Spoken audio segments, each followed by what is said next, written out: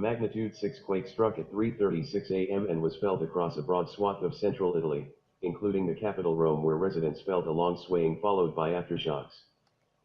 The hardest hit towns were Amatrice and Accumoli near Rieti, some 100 kilometers northeast of Rome, though the quake was felt beyond the Lazio region into Umbria and Le Marche on the Adriatic coast. The center of Amatrice was devastated, with entire palazzos razed to the ground. Rocks and metal tumbled onto the streets and dazed residents huddled in piazzas as dozens of aftershocks continued into the early morning hours, some as strong as 5.1. The whole ceiling fell but did not hit me, marveled resident Maria Gianni. I just managed to put a pillow on my head and I wasn't hit luckily, just slightly injured my leg.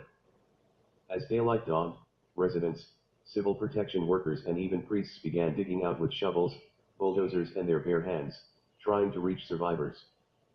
There was a sigh of relief as a woman was pulled out alive from one building, followed by a dog. We need chainsaws, shears to cut iron bars, and jacks to remove beams, everything, we need everything, civil protection worker Andrea Gentili told the Associated Press.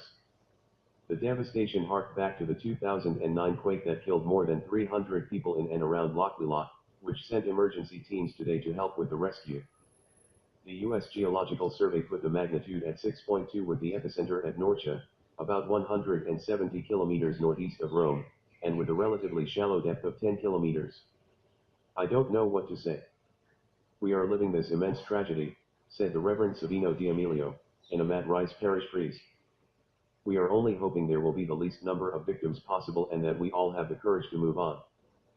The mayor of the quake-hit town of Accumoli, Stefano Petrucci, said at least 6 people had died there, including a family of 4, and 2 others.